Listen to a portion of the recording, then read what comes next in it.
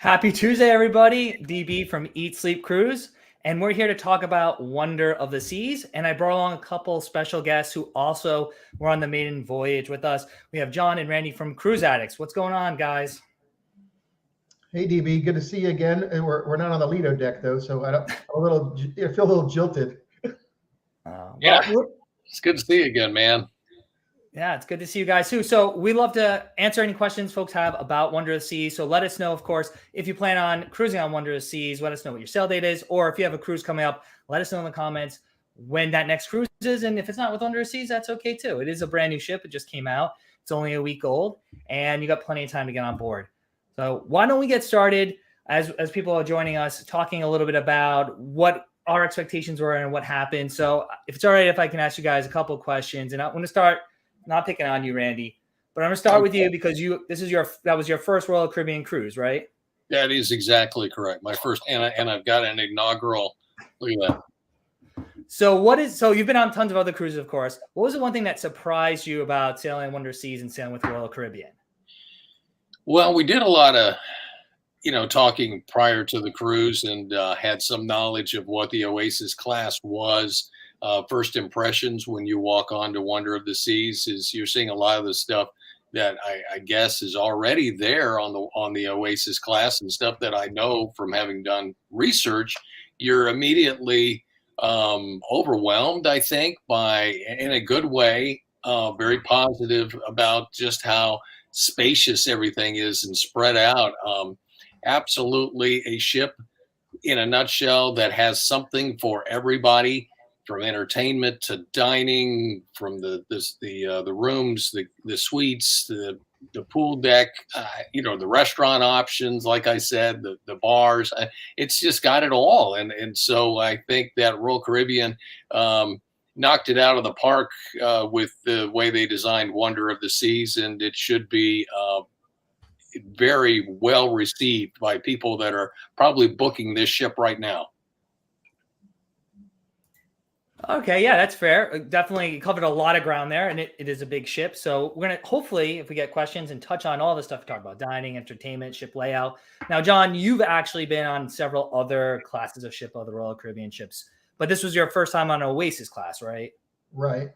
So, what surprised you about Wonder of the Seas? I think me and Randy have talked about it, and just the scale of this ship. I thought I followed the Oasis class from when it was just a rendering, and I've even been docked next to it previously, but I've never been on board. And just the scale of this ship, it's kind of getting kind of geeky here, but you really did feel like you were in a resort hotel, or almost in a cityscape. It sounds a little cliche. We've always talked about cities at sea, but I think I really felt that way here. It didn't feel like you were on a ship at all. Really incredible. You could easily like I said, you were in a resort hotel, and not on a normal cruise ship. No, and obviously they have different neighborhoods, right? So each little neighborhood has their own unique, distinct decor, kind of feel and vibe to it. So it is like a floating city. It is the largest cruise ship in the world, but I didn't feel like it was ever really busy or crowded, or occasional times which any cruise ship gets crowded, right around peak dinner time, or entering the show. Like if there's a signature show, which Wonder of the Seas has several different entertainments. So I kind of piggyback on that. One thing that did surprise me is we've been on all the Oasis class ships, and we were just on Oasis in November, so a few months ago. And I really feel like Wonder of the Seas felt more spacious. It felt like and I know you guys don't have comparisons, but maybe hopefully you do get on other Oasis class ships and you'll see this. I felt like the venues felt a little bit bigger, a little bit more spacious, and the layouts were slightly different. Like they tweaked a little bit things here or there in the layouts on like the Solarium and the pool deck. And I think it made a big difference for maneuvering around the ship and getting to different venues, whether it's the Park Cafe or some of the other public spaces. I think they made some of those small design changes that went a long way. But I know, of course, you guys have much compare. But even though it was a big city, did you ever feel like it was uber busy or too crowded? No, not at all. I think that it was actually the exact opposite. I think people were spread out in all different areas because there is so much to see and do. And I think people have their favorites where they're kind of drawn to it. And like I said, just like a resort, we actually talked about it. There was places we didn't see until later on in the cruise that we really didn't get a chance to. We may have walked through because you're doing your normal exploration, checking out the ship, and of course, it takes a lot longer because this is the biggest cruise ship in the world. But we found ourselves sitting at the Park Cafe later in the cruise, and it was like almost like we were in a small town. Like I said, when you see the pictures, you think maybe it'll be a little different, but you really do get that feeling because the restaurants and the basically the architecture is just so perfect that you really can you don't feel like you're on a ship at all. No, I totally agree. And so we're getting some questions in. Of course, folks have other questions. Make sure to put them in comments. We'll get to them. So let's start with I'll get to Q's Cruiser first, but we had a good question here. What the new neighborhood is and if it's private. So I don't know if either one of you guys. So to be honest, right, we were all media guests. So we were guests of Royal Caribbean, and we all got to stay. I believe you guys didn't get upgraded, right? You guys had balcony rooms, right? We had the Royal Suite. Mm-hmm. Yeah. I knew that's why I never saw you around. Yeah. But there is a new neighborhood. It's the Suite neighborhood, and it's located on deck 17 and 18. So we did get a tour of it, but none of us stayed in there, unless these guys are just hiding and don't want me to feel bad about it. But so what did you guys think? So the Suite neighborhood is similar to kind of some of the ship within a ship concepts. It's where there's a bunch of private amenities, a private restaurant, coastal kitchen, a lounge, and new to Royal Caribbean is a suite deck. So it is, that was on the very top. I think it's deck 18, right? So they have a sun deck that overlooks the back of the ship. So what did you guys think of that, considering this is something brand new to Royal's ships? Randy, you want to answer that? Yeah, I would compare it to MSC's Yacht Club, or from what I have heard from some very good friends that only go on Norwegian in the Haven. It's designed to be just like that. When we walked into that area on a very quick tour, you get the feel that it's very intimate, but yet it's still very open. There was a lot of light coming in. You had great views from up there. The pool deck was obviously not as crowded as the area where the rest of the passengers are on the ship. I thought they did a good job with that. The suite that we went in was a good size. It was extremely comfortable. I mean, it's not over luxurious. We like the TV coming down out of the ceiling, and a lot of the trim and the decor was very nice. And it's in a good location. I think you guys we chatted about that. It was easy to get up there, and when you came out of the private neighborhood, as our question phrased it, you were right back down very quickly in the other common areas of the ship. So I think they did a good job in exactly where they put the new neighborhood for the suites. Yeah, I would agree. I think considering this is something that hasn't been on another Royal ship, they've had coastal kitchen or lounges, but to have it all together with this special or exclusive sun deck, I think it's a move in the right direction. A lot of the cruise lines, to your point, Randy, have these ship within a ship concepts, and there's just going to be more of them coming out there, right? Celebrity has a retreat, the Haven, the Yacht Club. And at a first stab, I thought it was okay. It did seem a little small because not all the suites that have access to it are on those decks, right? We know we have some friends staying in suites on other decks who do get access to those, but they're not right there. So you still have to kind of take an elevator or take the stairs, God forbid, to get there. But so I guess it's private if for folks who are staying there in that new neighborhood. And I agree with you that we got to see a grand suite. I thought it looked pretty nice. But again, we've only stayed in one or two other suites or a mini suite before. So good question about the new neighborhood. 8 neighborhoods. The other Oasis class only have 7. So I don't know, John, anything to add about that? I know you usually stay in like the suites, right? On the other cruise ships. Of course, only the best. Well, one thing I thought was really interesting was we know that the ship was originally supposed to be sent to China. And a lot of times in China, the families actually cruise together. There's a lot of cultural differences. And in the suite neighborhood, I noticed that you had the 2 suites. You had a main entrance that actually was a door that was normally open. but you could actually have, there's two suites like this. There's door over here to door over here. So they could actually close the outer door, which you may have not noticed, and then you could have two connecting suites. So bigger, larger families can actually book two suites there, connecting suites, and the family can actually cruise together and have a definitely a sweet cabin. Are you saying the suite area was sweet, It John? was very sweet. We've been waiting to use that. So I'm gonna not. So we're getting some more questions again. Make sure if you have questions, let us know in the comments. We'll answer them. And listen, if we don't know the answers, we'll be honest. We'll just make something up. So I think I'm gonna kill two birds with one stone here. So someone asked about the service on the ship, and they just got off Vista, and they say it was not fully staffed. And I know there's another question about capacity. So the ship was sailing with 4,179 guests, which puts it at a little bit over 73% capacity, which actually was very similar to the Oasis sailing we were on a few months ago. So a good amount, of course, in I think pre-pandemic times, we would have probably seen the ship Inaugural cruise sold out. I think I'm pretty sure. Oh yeah. But so that is the capacity.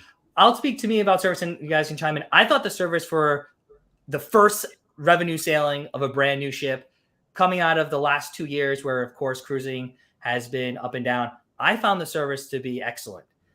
We ate dinner, right? We had dinner at a table of 6, some other friends of ours.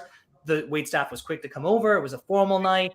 They introduced the head waiter, assistant waiter came by. I think they took our orders quickly. Food was well paced considering it was a busy main dining room. Same thing in the bars and lounges. I never waited long for a drink. And there were plenty of staff roaming around like the Schooner Bar or other Boleros or other bars to take your order. And there's never really a long wait. So I thought the service, concerning everything considering, was better than I would expected for a mega ship. What did you guys think about the service? Don, I would agree with you, and I can't help but make the comparison because my wife and I were on another Inaugural at another brand just a few months back, and they were struggling a little bit in the beginning. In all honesty, the first couple of nights, the kitchen was moving very slow, and staff even told us, bear with us because we're still trying to figure out our way around the kitchen. One guy came out into the wrong restaurant, a server. He was going to a specialty restaurant and he came out into the dining room and he was laughing about it. He goes back through the door. So I think, it's a brand new ship. It's the maiden voyage. There's going to be those things. And that's kind of an expectation. You got to know that when you're on an Inaugural or a maiden, whatever you want to call it. But I didn't really see that, like you said. I mean, everything seemed to be going pretty well. I didn't personally experience any bad service. How about you, John? Yeah, I thought it was excellent as well. Like you said, normally the crew would have some hiccups. There might even be some new staff on board. And obviously, even the cruise director and many others had said many of the crew members haven't been to work. This was actually their first time back from maybe a prior contract. So, but you would never know it. It was really, really impressive. Service all around. There was no glaring hiccups like Randy had mentioned on other lines and most other ships. So we were really, really impressed. Mm-hmm. Yeah, no, like I said, I already said that, and it's sometimes not fair either because we get invited sometimes on a 2-day media or trade event, and of course the staff know that the people there are media or travel agent, travel partners, or other things, so they might change up what they normally do. But this was a revenue sailing, as we said, sailing with over 4,000 people, and I thought the service, they did a fantastic job with everything. So appreciate the questions. We got another question here, I think, about the cabins. This is an interesting one, and I know you guys don't have much comparison. What you thought about the cabins, cabin size on the ship? So I guess I can start because we were just on Oasis, and we stayed in a very similar cabin. Of course, there's a variety of different balcony cabins, right? They have all the different cabin codes, but I would say the cabin felt a tad smaller than Oasis, and we didn't. I don't know if you guys had some. So I felt like the sofa seating area. So when we entered our room, we had our bathroom kind of left, which was on the aft wall. We were in the aft cabin. We were 5 cabins away from the aft elevator.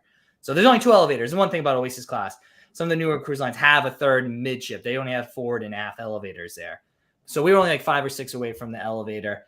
And when you walked in, our bed was kind of right near the door. Then you had the seating area, desk, and the balcony. And I felt like that seating area, desk area felt a little bit smaller. Just A tad, not somewhat noticeable, just because we carry so much stuff. You know, Heidi is a little bit Yeah. of an overpacker. But so what did you guys think about the cabin size?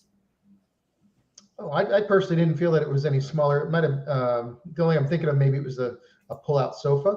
Might have been a little bit deeper, or wider than maybe a smaller one that wasn't a pull-out.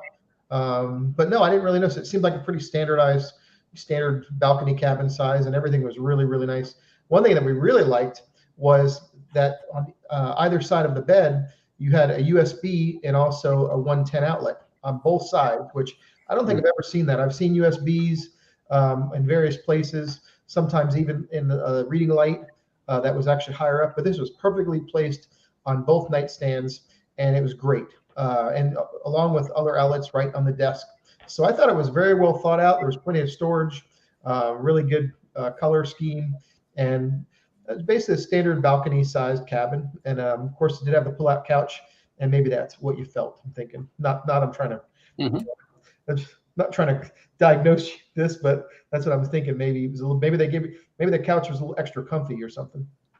They had good storage. I like the fact that the closets were separated, so you kind of had a his and a hers, or just for that breaking that up, so you're not having to share the same closet space, side by side.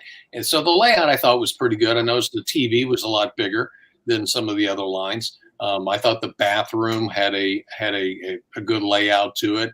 I mean, no cruise ship bathroom is as good as being at home, and you obviously have to kind of maneuver your way around a little bit.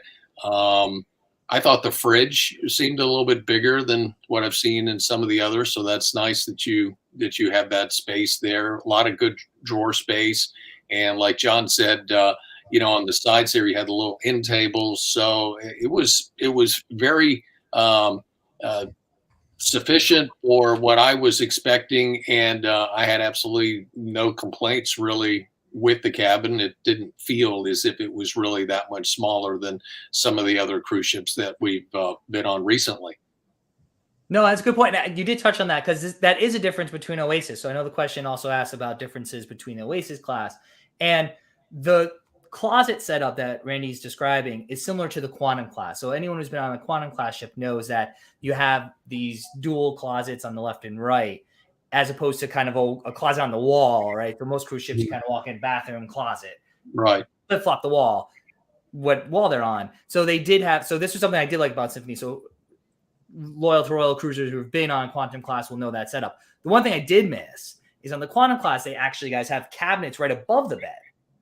So you had the on your rooms, right? On Wonder, you had closet left, closet right, and then kind of just an empty space above your bed. So on the Quantum class, they actually have cabinets there. And of course, I love to store like book bags and like gear and just random stuff up there to get it out of the way. I did kind of miss that, but I think the closet on each side definitely expands and makes it a little bit easier for storage and stuff. And I know you, Randy, and you're and John too. You guys are like me. You got cameras, laptops, you got devices, right? So you're always trying to figure out, where am I going to put these in the room? Yeah, and a lot of times you end up using the sofa, and that's just spread out, and especially because of what we're doing, since we're working and we're trying to get our batteries charged and all that kind of stuff. So you kind of like to have a little workspace, and the desk, worked for putting our laptops on there and doing the things we needed to do. The storage under the bed was good height too. Sometimes you're concerned that maybe that big suitcase isn't going to fit slid right under there. So that was good too. That's imperative that you can get your bags under the bed. Especially when you bring two, like us. We have two of those big suitcases, and it's mostly my stuff though. It's mostly my stuff. Right. Well, you're kind of high maintenance. That's what Heidi said. That was her words. That is Randy's. I can't get in trouble. I'm pretty sure she's watching this. I didn't say it. Just making that up. I know. Don, I was hoping you'd have that hat. Right. Wear that hat tonight. No hat. I don't have the hat, so no one's going to recognize me. So Right. It will inside joke. This cruise, because we do a lot with Royal, and of course, folks watching, make sure if you have questions about the ship, that once in a while we get recognized. I mean, we don't put ourselves out there a lot, but once in a while someone comes and says, "Oh, we really enjoy your work," or whatever. And I was joking around that I only get recognized when I wear a hat, because I have this kind of hat that I normally wear on the islands, but I'm not wearing it. I was going to wear my Wanderer Seas hat, but Heidi, of course, won't let me. You're not supposed to wear hats indoors. But So keep the questions coming. This is not a question, but we actually know Kurt is joining us. We've actually got to sail with him, and I think that was in Celebrity Edge. He was actually our academy. He's a great guy, him and his wife. And just saying that, they obviously cruise a lot, and that he's appreciating kind of all the information on Wonder. So we appreciate you, Kurt, joining us. Look at this kind of deal he got. He could have been on Wonder, but then he got a deal to go on Apex, which is a beautiful ship as well, too, right? It's kind of a tough choice, right, to do that. So glad that you're joining us tonight and hopped on. And if you want to know more about Wonder, of course, Kurt or anyone else, let us know in the questions. So we did talk about kind of the cabins a little bit, a couple questions on that. We also talked about the one thing that surprised us. We haven't touched on yet dining, right? So why don't we? I don't care who starts, me, John, or what was the best thing you got to eat? Lots of restaurants, 20 plus venues. What's the best thing you got to eat on Wonder of the Seas? Wow. No pressure. Yeah. Come on, John. I know you're going to say the marketplace. That was his favorite. Oh, yeah, I think that's. I think Randy answered it for me, but I really do think so, because we found ourselves going on marketplace 5 of the 7 nights because of the choice. I mean, when we first got on board, they had lamb chops for lunch. It was all really fresh the whole time we were there, and the choices were vast. So that's what I love the most about it. I like to taste little different types of food. I like the options. I also like sometimes the speed when you've got a day where it's a port day. It's great to come on board and just try what you want. You're not stuck to a dining time or have to wait for service. You can just get what you want, and you can get to a show quicker. You can set the tone and the pace of your dining experience, and with the freshness of the marketplace. And of course, I got to add, this is the largest Windjammer Cafe on any Royal Caribbean ship ever. And I know the executives had said the first day we were on board that this is going to be on the future Oasis class ships, that this is so popular that they really love it. I know many staff members that we talked about throughout the cruise actually said it was their favorite as well. So it's another home run for this new design. And there's so many different changes that you probably know more about, Don. For us, it was all new, but very exciting. And we love the layout. We love the food choices. And on top of that, fresh and really good food quality. Sometimes you can have a lot of great stuff, but it might not be that great, but so we enjoyed it all around. So when you talk about, sorry to interrupt you, John, there, but when you talk about the Windjammer and just the fact that it's the largest, and it goes right into what we said from the beginning, that this ship is huge. It's the biggest, obviously, out there, but it didn't really feel crowded in the way they designed their stations for the various cuisines. Like, it was changing. One night it was Caribbean, another night it was Indian, another night it was Asian, and then you had your regular favorites. But when you were moving around, you weren't bumping into people. And as far as seating, you know how we always fight for one of those window seats? The beauty of this is that you can sit on both sides of the ship, but then you have that area that looks down into the boardwalk. And then even behind the boardwalk, you're looking back up at the pool deck. So there's windows everywhere. It's very open, and that was probably, besides the food, the atmosphere and just the views was what I thought made every experience up to Windjammer that much better. All right. So is Windjammer also your vote, Randy, or? I really liked Giovanni's, the Italian restaurant. We went there for lunch one day. And then, of course, we have to talk about the newest restaurant on board, the Mason Jar. And we were there for a lunch, and I absolutely love that. Yeah, well, I think Tammy would agree with you, too. So Tammy on Facebook, the Mason Jar was good. I would agree with you, too. But before we get to Mason Jar, I have a confession. We actually never ate at the Windjammer at all for any meal. The only time I went in there was to get footage and pictures and some video. So I can't, I'll have to take you guys' word for it that what I saw looked good, but I didn't get to taste anything. But we did get to taste the Mason Jar. So I was gonna steal that one if you guys are okay with it, to say go ahead. Yeah. It's a toss up between the oyster po' boy for me, which I had because we ate there for dinner and then we were hosted for brunch, or the chicken and waffles. So those two I felt were neck and neck for like the best thing I ate all week. I love seafood, and I sometimes am skeptical about seafood on a cruise ship, but I felt the seafood I had there, as well as seafood in other places on Wonder of Seas, was fabulous. The gumbo was really good there too. It had lobster and had crawfish in it. So I would say, mason jar food definitely exceeded our expectations. But what are some of the things you guys liked at Mason Jar? Because you just went there for brunch, right? You didn't get to try the dinner, did you? Only brunch. And I don't remember the name of it. I should have it in my notes here, but it was with the egg on top, and then I had some pork. What was that? It's like a pork sandwich with an egg on top. It had, like, you had That was pork called. barbecue and Yeah, there you go. I'm like And, muffin or something. It was really cool looking. yeah, and Very hearty. and what else did we get? I had the chicken and waffles, and that was really, really good. And you had the sweet tooth cinnamon roll. Yes, right. I felt like every table had one of those, like, because you just sat with some folks and other folks you just meet, and you start ordering things, right? And then almost every table had to get one of the cinnamon rolls. They're giant. They're definitely way better than the cinnamon rolls you get at like the Windjammer or you get down in Cafe Promenade. So I think Mason Jar was a success as a new concept for the brand. I wanted to try the shrimp and grits, and that would have been on the next visit. But it's like we say when we're trying to compete in a sense to get into these restaurants it's a revenue sailing, and so there were a lot of people that already booked these things. Our advice to those of you watching is book early. Don't wait. I mean, as soon as you get on board, you need to start making sure you get those reservations in. And John and I were running around. I mean, we're geeking out. We're taking pictures and setting up a live stream and doing stuff. And you might miss out. So we didn't get a chance to go to a lot of the restaurants that we kind of wanted to go to, in all honesty. So I wanted to get back to Mason Jar, and we should have done that. But again, your schedule with us running around trying to cram in so much, we're not going about it like the typical cruiser. You know what I mean?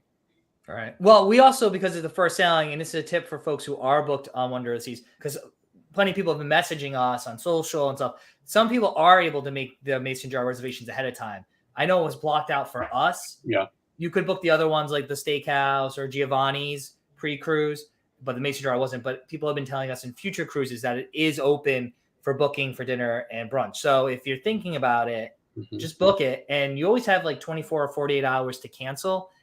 So even though and Royal will refund your money. So even if you're just kind of on the fence, we have a review about it. I thought it was great. Maybe, try brunch, because brunch is something you don't always get on Royal ship. It's unique. I know other cruise lines have like a sea day brunch, which are usually pretty good. So that's making you tip your toes into brunch, right? And then sounds like Randy and John, you guys are ready to go back on and try out dinner. Oh yeah. Yeah. I want to try the fried green tomatoes too. I didn't do that. That's something I really like. Gumbo. And how about the unusual drinks there? Even like the peach tea, didn't it have some bourbon in it? Oh yeah, and the moonshine. Yeah, with the blueberry.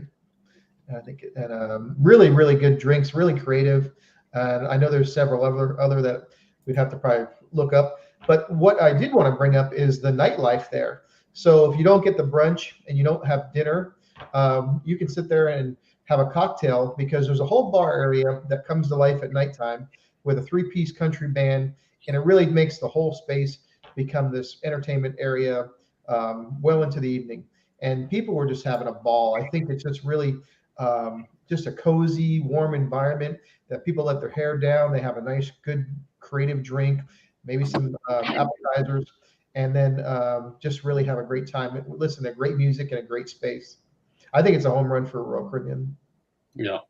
No, I couldn't agree more. We didn't get to the bar till last night, but as you guys were mentioning, there's a signature cocktail menu that features drinks that are whiskey or bourbon or moonshine. Like I think it's the Moonlight Mississippi or Mississippi Moonlight, the blueberry one.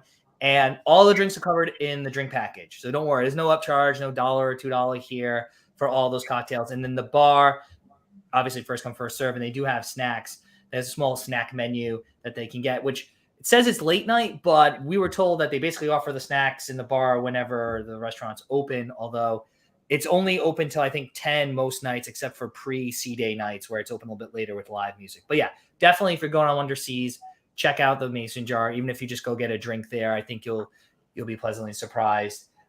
We do have another question here, and I think this is a good one about the Wi-Fi, because that's always a question we get, right? Especially, we were just talking about, we're working on the ship. I'm working on the ship. We're loading stuff for social. I actually have a full-time job doing some of that stuff. I thought the Wi-Fi was great, and there were, correct me if I'm wrong, guys, remember, there were literally routers and boosters in every single stateroom, wasn't there? Actually, I didn't actually see it. You didn't look? I didn't look. I guess I wasn't searching for the booster, but that's great that you have such a thing. I mean, if that's what it takes, and of course you have a big, you have a lot of steel and obstruction. So if that's what they're doing, great. I know the signal was really, really wonderful. So I can't complain if that's what's working. Then more power to them. So, but I can't complain about the service. Really, really wonderful. We were able to live stream, which sometimes on other brands and other sailings, you're just not able to. But we had no problem, and so that says it right there. That's impressive, considering there were a lot of people, right? So, folks watching, I'm sure some of your other favorite YouTubers, vloggers, bloggers, social media people were on the ship, right? There was a lot of our friends and colleagues that we've known for years. So, a lot of people sucking up that internet. But no, I guess you weren't there. Someone had told us, I think it was the second day, another creator was like, "Oh, there's literally routers in every single closet." I'm like, because normally they're in the hallway, right? Especially when they retrofit older ships to boost the signal, you'll walk down the hallways and you see them. But no, we went back to our room. I thought you guys were there when they tell us. And no, we can confirm, at least there was definitely one in our closet, and other folks were saying that there's literally a booster in every single stateroom. So that's why you guys could live stream and get all your content out. Well, that's even better location, because it really isn't going to help you too much in the hallway, but it's actually better located in the actual cabin, which is awesome. Yeah. And throughout the ship, I think I only lost internet once the whole trip. And of course I was on a meeting, but that's life. It didn't affect things. But yeah, besides that, I think whether we were docked or sailing, the internet signal was strong, and we didn't try to do any lives or anything. But I know we were able to load plenty of stuff to social and do everything with really no hiccups, except for like 20 minutes on Monday. Except for that, I thought the signal was great. Yeah. Yeah. So great. Keep the questions coming. I know folks are saying they were able to book things. It looks like Tammy said she was able to book Mason Jar on the app. I think that's what she's referring to here. So that's great. Folks, if you're thinking of going to Mason Jar, just book it, and you can always cancel and get your money back within, I believe it's 48 hours or 24 hours. Just double check the fine print when you go to book it. And we've talked about some of the dining, talked about the staterooms, the Wi-Fi. We haven't touched on the entertainment at all. So I know we always go to see all the shows. That's just Heidi and I. And I know we at least you guys went to a couple of shows. So what was some of the entertainment highlights for you on the ship?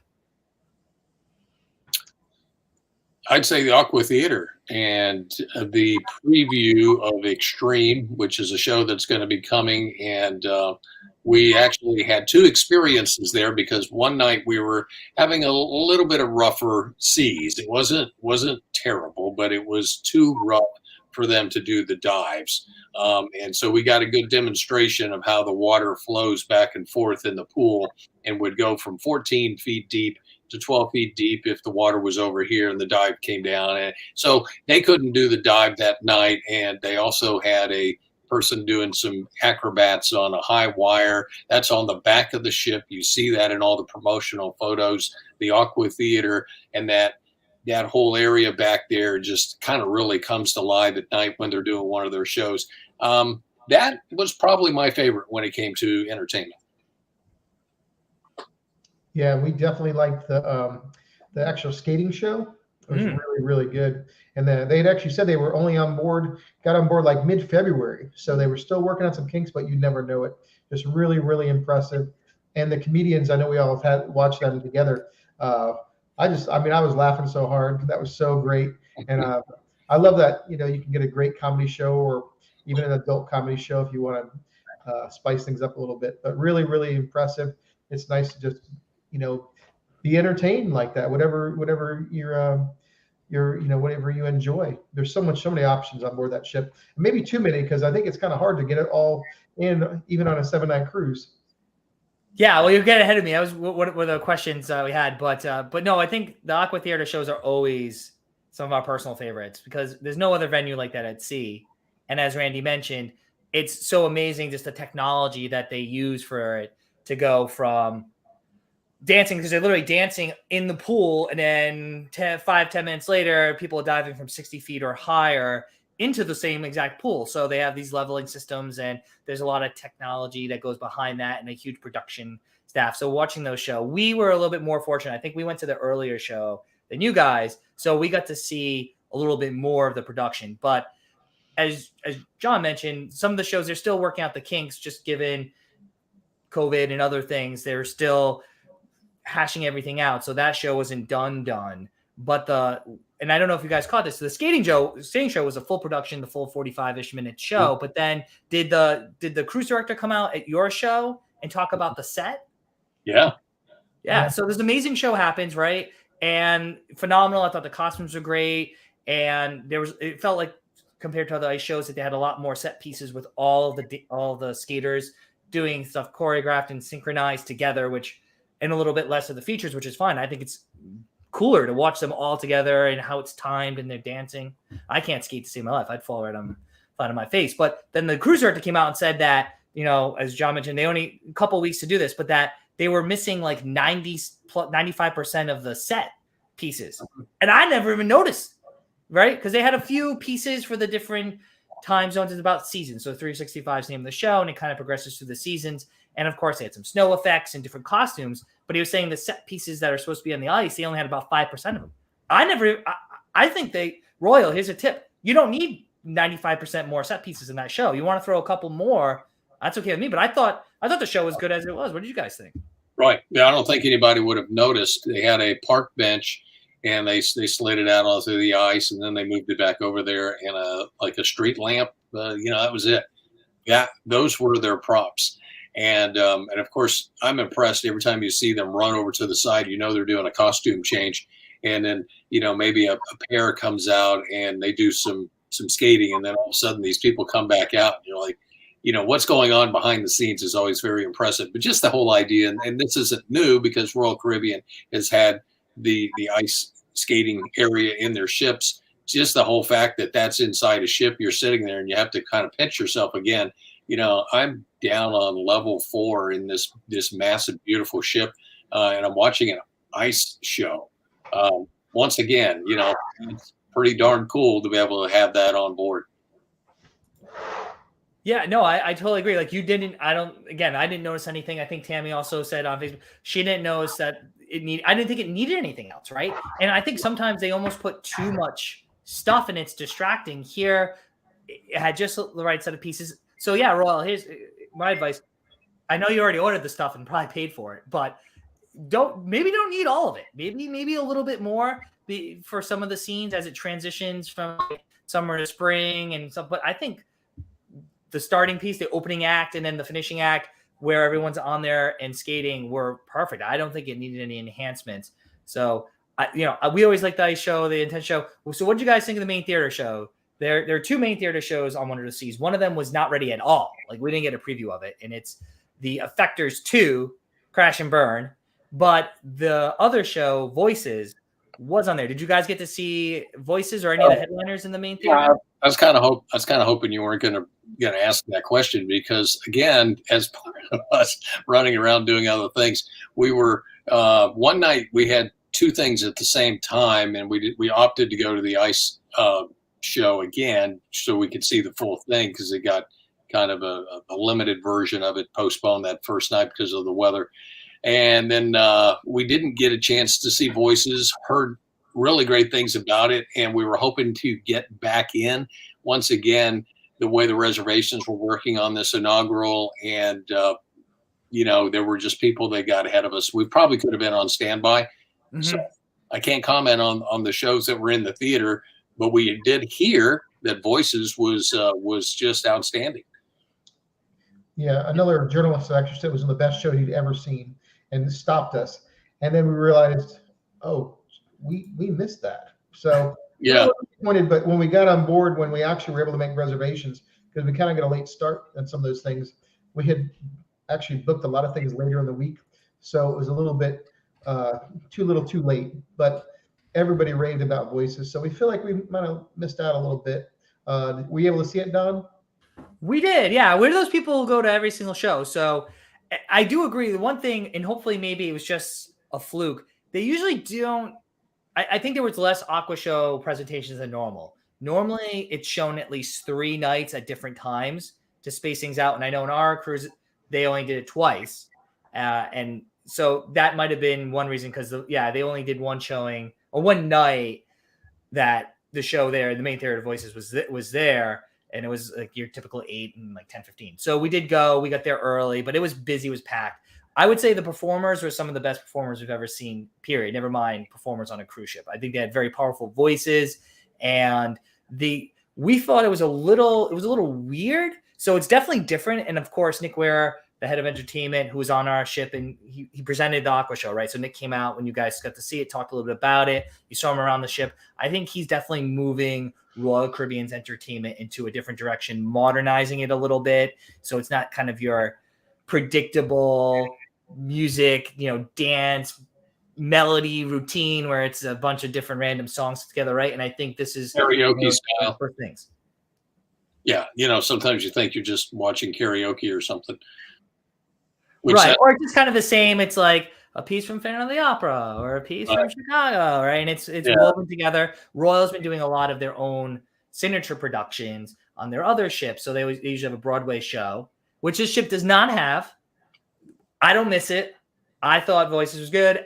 We've seen the Effectors 1 on Odyssey. That's like the new family. Yeah, everyone on Royal seems like the Effectors. It's really kind of the opposite of Voices. It's high energy and intense and a lot of special effects and costumes and loud pop music and rock music, whereas Voices definitely had a more toned down kind of feel to it and atmosphere. And that's actually because all the sounds you hear are all produced by the human voice. So they have a lot of people performing different instruments with using their vocal cords. So it's really impressive, right? Just that feat alone. And then you're going to have the Effectors, which is supposedly coming out in a few weeks onto the ship, which is going to be very different with a lot of elaborate sets and costumes. That show also had kind of a toned down sets and used some digital screens and just really focus on the performers there. But there is so much to do between the main theater, ice shows, Aqua Theater. John, you mentioned the comedians. So the comedians are also in the main theater and the comedy club. And I thought they were Al Romas and I think Louis Johnson they were fabulous. They were great. I saw them a bunch of times because we saw them in the theater and in the comedy club. Yeah, really good. And we actually got a preview of, I guess the new show is called Intense, the Aqua Show. And the choreography was incredible. You're expecting a lot of diving and, water related, but the actual choreography was incredible. It was almost this type of Matrix choreography and music. It was perfectly timed and synchronized that it really brought you on a journey to this really futuristic and intense moment. We actually got a taste of it twice, different parts of it, but we really, really enjoyed it. And I think the full production will be coming in the future. And I think everybody's going to look for, really, really enjoy it. Yeah, no, I mean, another reason I want to get back on the ship, right? Just to see that full production and also to see the Effectors and to dine. Another question asking about the Mason jar on YouTube. We talked about the Mason jar a little bit earlier, but I think the consensus was that we enjoyed it and would highly recommend it. And cheap plug, you can check out our review for the Mason jar. Have you guys put out a review yet for it about brunch or? Not yet. Not yet. So stay tuned for brunch. Ours talks a little bit about dinner, brunch, and the bar. And then John and Randy, they can focus in on brunch at the Mason jar. But definitely Mason jar was a big hit. So thanks for asking about that. There's so much to cover here and a lot of great questions about things that we can talk all night about it. But I'm wondering if there was anything you thought kind of didn't meet your expectations, or you were like, you know what, I don't think I even needed this on the ship. And I mean, I'll go first. I'll be fair because I know maybe that's a little bit of a curveball question. We sail a lot with Royal, so we know the classes of ships, very well. Mega ships, we sail on Oasis class and Quantum class, been on the Freedom class, Voyager class of ships, and there's a lot of similarities. The one thing that I thought kind of was just and this isn't gonna fit, was the Wonder Playscape. So they really played up the Wonder Playscape on the sports deck to be this kind of family center where it's the largest, I think something like largest outdoor playground in the Royal Caribbean fleet, I think is kind of how they're tagging it. So, and looking at the concept art, I envisioned something a little bit different. And there weren't a heck of a lot of families on our cruise, but it didn't seem like I saw a lot of people using it during the day. Maybe correct me if I'm wrong. On the flip side, the mini golf course. So there's the one to playscape, right? But then the whole area of that deck is kind of themed like this underwater theme. And right next door it is a 9-hole mini golf course, which is better than any of the other mini golf courses. I love the theming. Usually it's ship dunes. Like if you go on the other ships, it's kind of more of a beach theming. It's nautical. This is like the underwater theming. I thought the mini golf course was really cool. And the mini golf course took up more space than this outdoor playground, but we don't have kids, so we don't travel with families. So it may not be fair, but I felt like, that was something where pre-cruise, I was like, this is going to be really cool. You're going to see lots of families using it. And I didn't really get that vibe when we were actually on the ship. But so that was the one thing I was like, maybe the other flow rider there would have just been fine. Because I know people love flow riders, and now there's only one on a ship that holds almost 6,000 people. I actually did see quite a few families up there one morning, and right around lunchtime another day, I was over there at the Loco Cantina place, some tacos and stuff, and there were quite a few people over there. And then it was really neat to go out there in the evening around sunset too. And I did see some families there enjoying the miniature golf and also on the playground. And then it's right back there by Abyss. I tried that, and that was a pretty quick ride, and you end up down there on the boardwalk. And I guess that's the tallest of the Abyss, dry slides, the tallest dry slide on a ship, they call it. So, there's always something that makes it, bigger or better than the last one. Right. They're always trying to edge out. So just a little bit more than the other ones. You probably can't tell, but that's fair. I'm just saying, like, thinking about all the things that we talked about beforehand, because of course we did, folks who joined us, we did kind of a preview right before the sailing and things we talked about. And maybe it's just the time of day we went by there. But the mini golf I loved. I think and Heidi and I, of course, played one round. We don't have to say who won. We don't get into those games here. But I thought the mini golf course was cool. The playground, I was like, I don't know. It felt like kind of like other playgrounds they have with the walking nets and stuff. I don't know. But again, we don't travel with kids. So maybe folks had who travel with families. I don't know. So I don't know. So what was, one thing where you were thinking about, it was a little, or maybe even different. I'll be even fair. Be like something like you had one expectation and you got on the ship. You're like, this is not exactly what I thought it would be. John, I can't really think of anything. Not to put any on the spot. No, I really think, like I kind of touched on it earlier, I think that it's really, really, I'll spit this out because I was kind of speechless. That's how it kind of was when I got on board. It's because of the scale of the ship. I think it's really, really hard to explain until you actually get on board and you see actually how large and how well designed this ship is. Randy and I talked about how there were no shadows. Like any big hotel or even a cruise ship, there'd be like dark areas. It sounds kind of weird, but even the lighting was perfect on this ship. And in that nighttime, even taking photos and video, it was so well lit up, and it was, even at nighttime, all the spaces were usable, and it was enjoyable just to walk around in all areas and enjoy the spaces at day and night. Sometimes the upper decks and certain decks on ships, they're kind of made just for the day, and they might be underutilized at nighttime, and unless there's a couple maybe going for a walk. But these were really 24-hour spaces where you could really enjoy them, and they're just beautiful.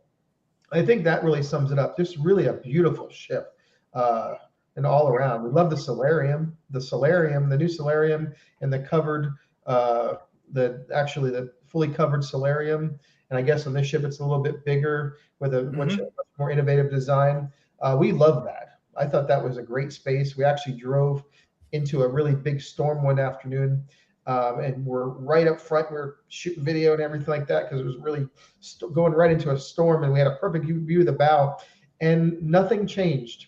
You could actually, for people that like that space, it didn't affect anybody's day. They didn't have to get up. They could keep reading their book. They could keep ordering a drink or be in a hot tub or a pool and just keep going. So I think that's a home run. And I imagine that future dry docks they'll probably try to maybe adjust those areas on the older ships. Really, really thought it was great. Just like the Mason jar, and a lot of other innovative ideas that they've implemented on this Wonder of the Seas. Yeah, I think that's a good segue for a question we got from Eric about which ship is better, Symphony or Wonder. And now I know it's not fair for you guys because you haven't been on Symphony, but we've sailed on Symphony and all the other Oasis class ships. So to John's point and some of the things we talked about earlier, there are just subtle changes and improvements and differences as the Oasis class has evolved that really come together well on Wonder. And I know many people we travel with who are very seasoned Royal Caribbean people. A lot of people on the ship like, this is my new favorite ship. And I don't know if I'm so bold. I'm still a big fan of the Quantum class for multiple reasons. But I would say if you're choosing between Wonder and Symphony, and I think Wonder is going to probably be a little bit more depending on the itinerary you're looking at. I think the Solarium John mentioned, I love the new design. It's climatized, so it actually has both heating and cooling systems in there because it was originally designed for China. So we were talking to executives and talked about how they designed that space so it can be utilized year-round regardless of the weather conditions outside. It feels more spacious.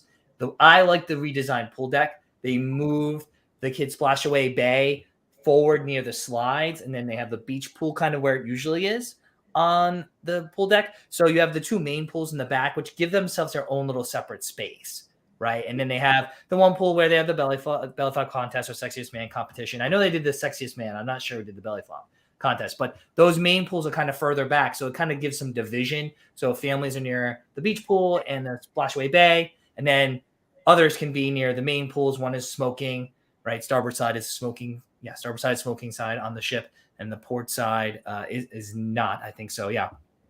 So I did like some of those redesigns. So I would say Wonder is better than Symphony.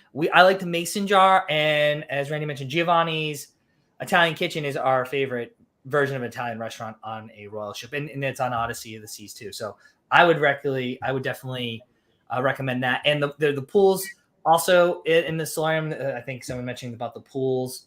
The differences there. There is the pool here. I mean, they're all small in the Solariums on Royal Ship, but there is kind of like a plunge pool in the Solarium, right?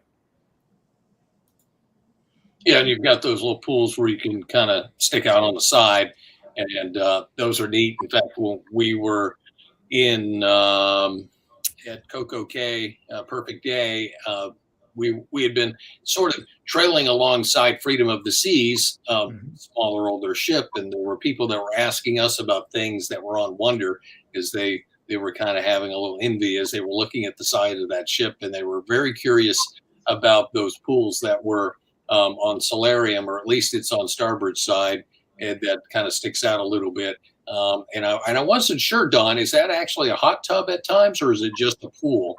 No, it is a hot tub. So they have the cantilevered hot tubs in the Solarium, and so on Wonder there's only one.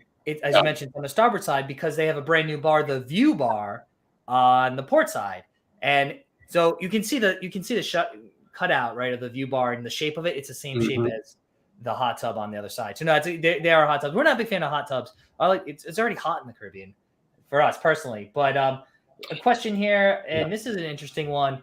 Any weird layout glitches from the traveling Gilberts here regarding just how the ship's set out? And they mentioned, I haven't been on Mardi Gras, but you guys have. So maybe you can speak better to this about where the Alchemy Bar is located. Yeah, it is on a walkthrough.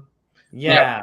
Yeah. So do you guys notice any design issues like that with Wonder? And we could be honest with it. I love Royal. I'm the first to say when I love things, but first to be like, no. Earlier, like, I wonder why it's like that. And actually, Don, I think I can kind of address this because I having been on Mardi Gras just a couple of months back, I know what you're talking about. You get some walk-through traffic, people who are just simply trying to get from here to there, and they're going through these areas, and it can be a little frustrating.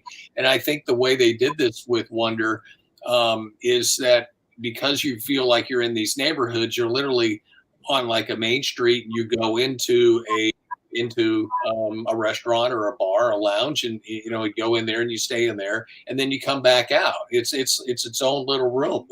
That's kind of the feel that you get. I couldn't think, except for bars that were like on the pool deck where you can walk all the way around them. That was really neat, and I like that down on the promenade deck. I really liked the schooner bar. It was great music in there. A guy on the piano there was just outstanding, singing a lot of just really great stuff that I liked. And what was that other bar? that it's kind of like an English pub. Help me out, Don. Well, honestly, they changed the name of the pub on every ship. Yeah, I yeah, think this was like Cask and Clipper or Clipper yeah. and Cask, something like That's it. that. But yeah, that's Yeah. it's the English pub, right? Yeah, and that was great. I love that place. And so it was like you were literally you could sit outside when you feel like you're at a mall, um, and and then you could go further in, and there's booths and tables, and same thing with like the karaoke, bar, which we went in there on that last night, or actually two times. That was quite entertaining. Some pretty good talent too, by the way. Some of these people are pretty good at that. we got to hear some people that actually were not terrible to listen to. I'd say that in a nice way. Well, But that's why I wasn't there, Randy. You didn't see us walking into the. yeah, I missed that. I missed that. But you go in there and it's like a room, and that's what makes it feel different than in some ships where exactly like this question, you feel like you're just kind of it's walkthrough, and they're having to do that because everything's got to go back and forth from the front to the back of the ship. So they did a good job with that, in my opinion. Yeah, I think I agree. And again, we haven't been on Mardi Gras. We've been on only one Carnival cruise, Panorama, and I'm trying to picture. And I think the Alchemy Bar is kind of between two restaurants there too, which it just seems like kind of shoved there. With the neighborhood concept, as Randy mentioned, you really have these distinct, well-themed areas where everything is kind of laid out. So from a navigation standpoint, I didn't think there's any kind of glitches. I would say one thing that's new to this ship that was like a holdover for going to China is that there's a second casino that's a smoke-free casino that you kind of leave the main casino, walk by the Diamond Club and the Comedy Club, and then enter a second casino. We're not big gamblers. Again, I walked through the casino twice to say hi to a friend and to get to like a show. So we're never there. So that might be one where I could say some other cruise lines that have bigger casinos have the smoke-free casino kind of within it. And I'm thinking of like Norwegian. We've been on their ships where their casino, they have a smoke-free section somewhere kind of tucked in. So that's the only thing where if you're a gambler and that appeals to you, you might be like, why is this casino over here? It's on the same deck, but you have to kind of walk through different venues to get there. That would be the only thing. And it's, to me, it's not even really an issue. It's not like you're going to bump into things or anything like that. But that's a good question. And if I think of any layout glitches, we can definitely let you know. Appreciate it. But yeah, so you guys thought the ship was pretty easy to manage? Mm-hmm. Yeah, I thought the layout was really good. The only thing I didn't really enjoy was, speaking of the casino, is I don't know if it's normal for Royal Caribbean, but I don't remember it being this way on other ships, is when you did walk through, because sometimes you have to, you got to walk through the casino on that deck. There was no clear pathway. It seemed with the bodies and everything else and different machines and tables, compared to like a Carnival ship where it has like a walkway, it seems like you had to navigate yourself around the machines. And of course, if you're not a fan of smoking, you have to walk through that as well. And I think that was the only drawback. But as far as the layout and the design, I thought it was really, really good. That other area, I think it's called the Golden Room or something like that, is for, I guess, they're for VIPs and smoke free. So, but we don't really gamble as well. So, but I really, if you're not a fan of walking through casinos, I think it's a little bit more difficult on this one. What did you think of some of the? I was going to ask you, what did you think of the hallway color and the door design? Is it different on the other Oasis class ships? Was there a big contrast? Because I know some of the color schemes. Somebody told me that some of those were for China. We did hear that. It was noticeable a little bit. So I think what John's mentioned is kind of the design for the deck rooms, right? So obviously you have the promenade and the public decks above, and then in between are just all staterooms. We were on deck 10. I think Heidi did mention that like the colors of the doors looked a little bit different. And this obviously some of the signage still had English and Mandarin in it. But yeah, it wasn't noticeable enough for me, but there are plenty of people out there on social who love Royal and they catch every little thing. So it wasn't something that really caught my attention that much, but we did hear people saying like, oh, the hallway color schemes look a little different and things. And it wasn't something that totally kind of affected us, but we got a couple more questions. So folks, bring them in. I know we've been going about an hour, maybe we can take a couple more. Guys, thanks for your time again. If you don't know who John and Randy are, it's from @Cruise Addicts. You find them all over social, Facebook, YouTube, and DB, of course, from Eat Sleep Cruise. We talked a little bit about this, but let's talk a little bit more about it because we only touched on it briefly. about what there is to do for young kids. We already mentioned the Wonder Playscape, which is this new outdoor area for young kids, but there's a ton of other stuff that also is on Run of the Seas. Now, I didn't get in there to take a tour, but on the first day, did you guys check out Adventure Ocean, the kids area at all? No, we I think we walked by it, but we didn't actually go in on a tour or anything like that. But they looked really large. The game room was really substantial.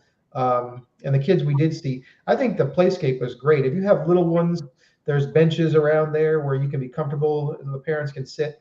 The play area actually was kind of shaded because it's this water feature where it's inside, so you don't have to worry about the children getting burned as easily as just being exposed to the sun. And it would be great because it's for little ones overall. But that was a great new addition for grandparents and young parents. And of course, there's so many different areas for different age groups. That's what's so great. I think this ship's perfect for, multi-generational, several, large families traveling together, from grandparents to parents to young couples. I think there's something for everyone, and you literally can go to your area and enjoy what you want, or enjoy, the whole family can enjoy these things together, which is great. Not many ships achieve that, and I think it's really, really wonderful. And the same things with excursions. I mean, I think this is just one of the most well-rounded cruise ships I've ever been on, where between the excursions and the ports with the private island experiences and all the different amenities on board that are large, not just a smaller little taste. It's actually full areas. I thought it was really, really great. Yeah, no. And now, Randy, you just became a grandfather, right? So are you thinking of some things that you when your grandchild's a little bit older that they would like to do on Wonder of the Seas? I was talking with my daughter, and I told her today, I said that you guys would really love this ship. And for that very reason, that some people that I hear say, well, I don't want to be stuck on this cruise ship. I'm going to be bored. There's not a lot to do. And we have discussed this a lot about how there is something for everybody. And I think that from older people to families, there's going to be something for you to do on the ship. And you're going to find your area that you really like. Probably my favorite place that I kept coming back to is Central Park. It just feels so different from anything that you find on any other ship, and this is in the Oasis class. And just the work that they've gone into putting 20,000 combination of plants and trees out there with the trellis bar and the park cafe and a couple of very nice restaurants. Giovanni's is there. 150, some beautiful places to eat. You can look up and see lights. You can look down through the glass and see down to the promenade. It's just such a neat place, especially at night. I think that's when I like sitting out there, and you can listen to the guitar music that they're pumping through there. It's just an outstanding ship. And if I were going to book a cruise tomorrow to take the family, it would probably be this year. Wow, that's a ringing endorsement, right? And I think you guys touched on a lot of things, but for folks who aren't as familiar with the Oasis class, there's a lot of things that are for kids of all ages or families of all ages. So for little ones, there's another thing we mentioned is there's a carousel on the boardwalk, right? Mm-hmm. And we mentioned the Wonder Playscape in mini golf.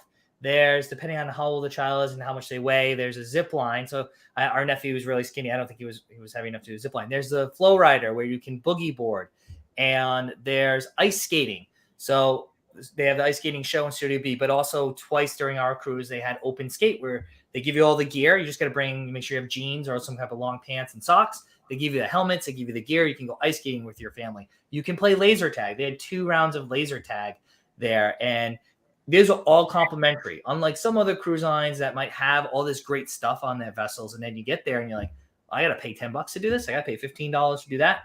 Exactly. All those things were included on Wonder of the Seas. And again, they're mostly family friendly for the little ones. Obviously, there's some height restrictions for some of the activities for safety, or weight restrictions for like the zip line. You gotta make sure your little one actually can make it all the way across there. But there's plenty of things to do. And then, as I mentioned, Adventure Ocean is the kids area, and it's one of the largest Adventure Oceans. And they break off the activities by age group. So you're keeping, the little ones together. They have their own staff that they get to interact with.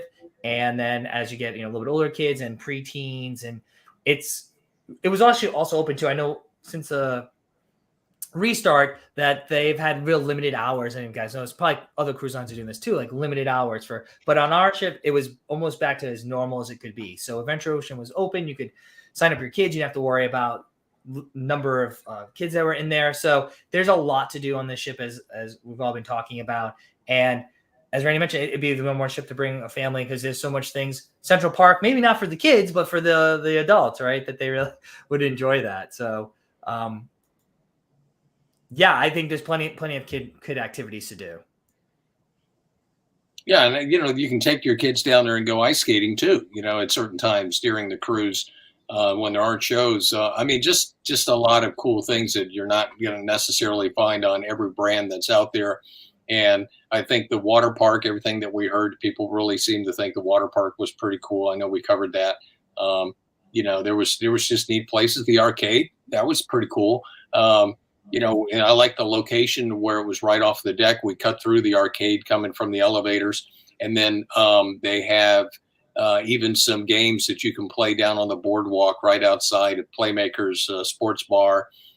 Johnny Rockets is right over there. And then you've got the carousel and the hot dogs that you can walk right up to and get a hot dog most times of the day. And that's really neat. So places for the kids to hang out. And I saw a lot of kids in the boardwalk area with their parents, of course.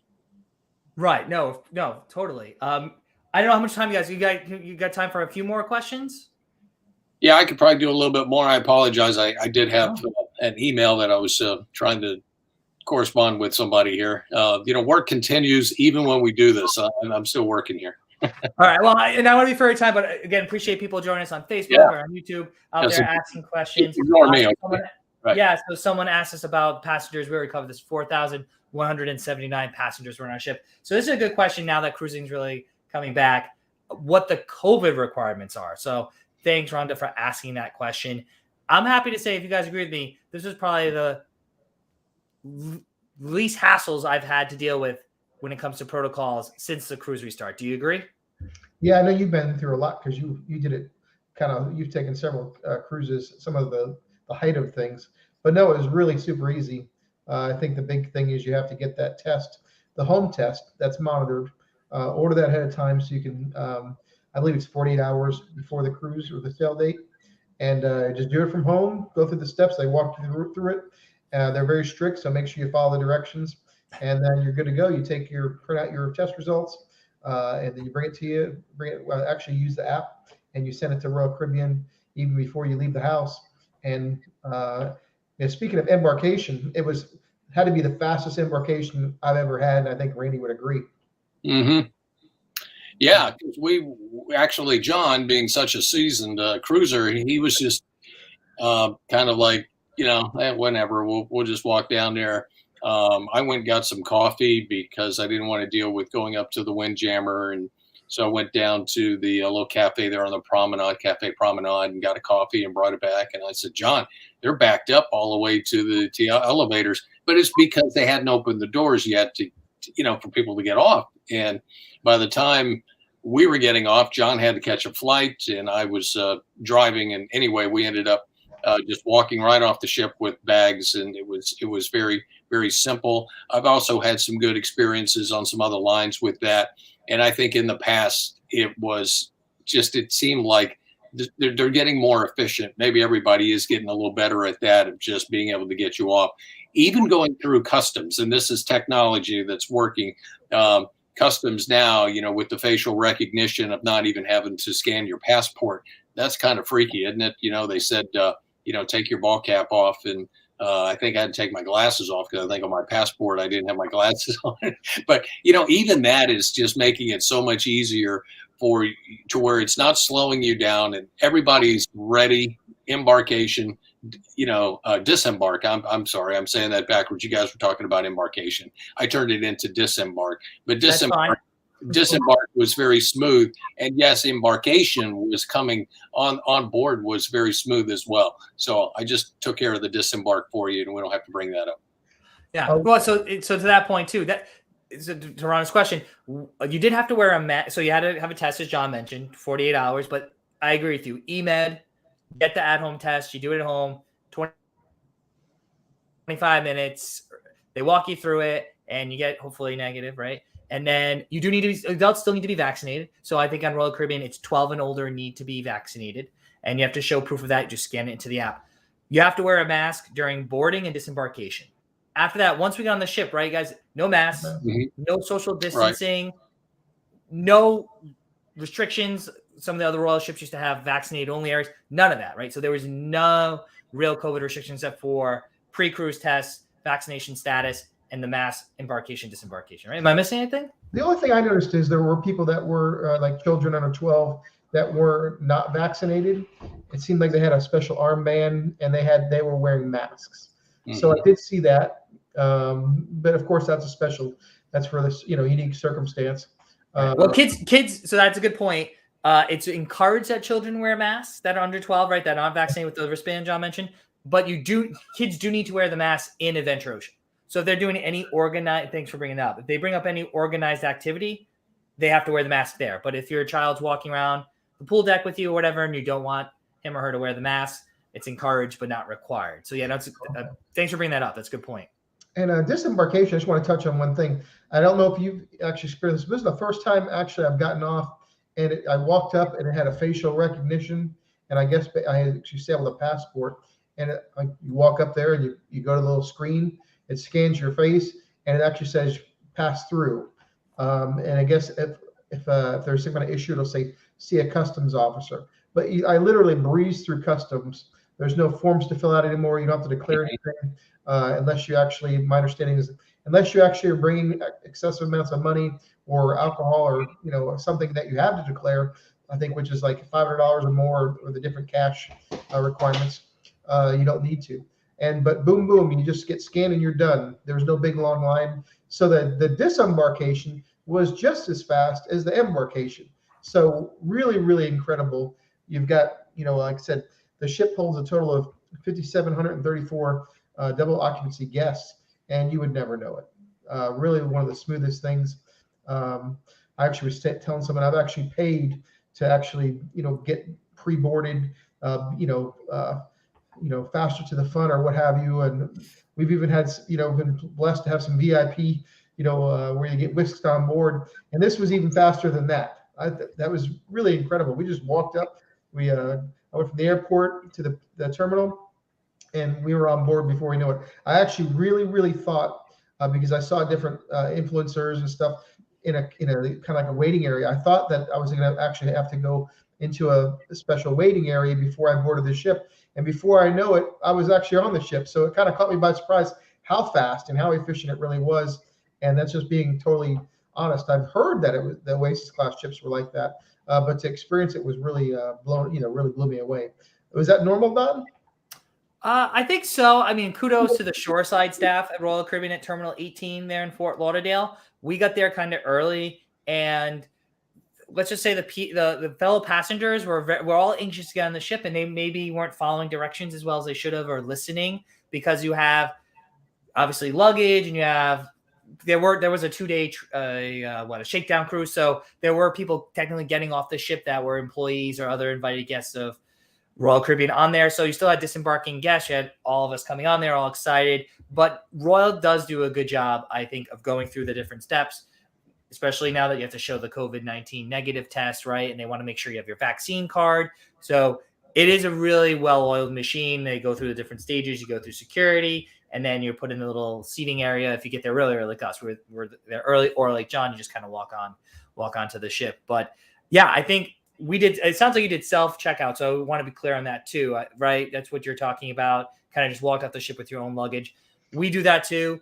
And you do have the option, if you can't take your own luggage, they give you the luggage tags. But if you do self-checkout, which we highly recommend, it was seamless for us. I did see the same line I think you were talking about, Randy. Like, Royal Caribbean people love to get to places early. So we were supposed to be cleared at 6:45. I don't think we got cleared technically until 7 a.m. So I went to get coffee right before 7, and I saw that line of self-assist. And the first thought to me was like, oh no, disembarkation is going to be forever. But by the time we got down there, half hour-ish later, like we finished packing, had our coffee and stuff, we just walked right off, like right down the gangway into the terminal. And as you both mentioned, they have the technology that scans your face, so you don't have to play around with your passport or anything like that. I think it was a smooth embarkation, disembarkation. So I think we might leave it on that. I know we have some other questions. We really appreciate it.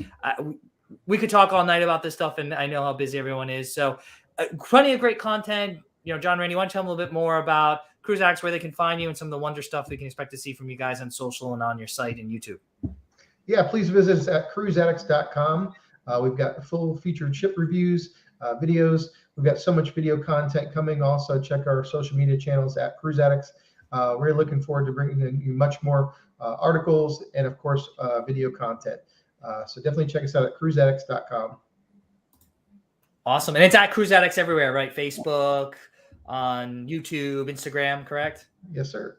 Yeah, at Cruise Addicts. And of course, I'm DB from Eat Sleep Cruise. You can find us everywhere at Eat Sleep Cruise, Facebook, YouTube, Instagram, you know it. If you have any questions that we didn't get to, feel free to hit us up and we'd be happy to answer them. And guys, it was great sailing. First of all, great sailing with you. I know we've met before. We got to cruise more often together. Definitely. Let's do it. All right. Yeah. Cool. Well, thanks again for joining me tonight, guys. Really appreciate it. And to everyone, happy Tuesday. We'll see you again soon. Take care. Bye, guys.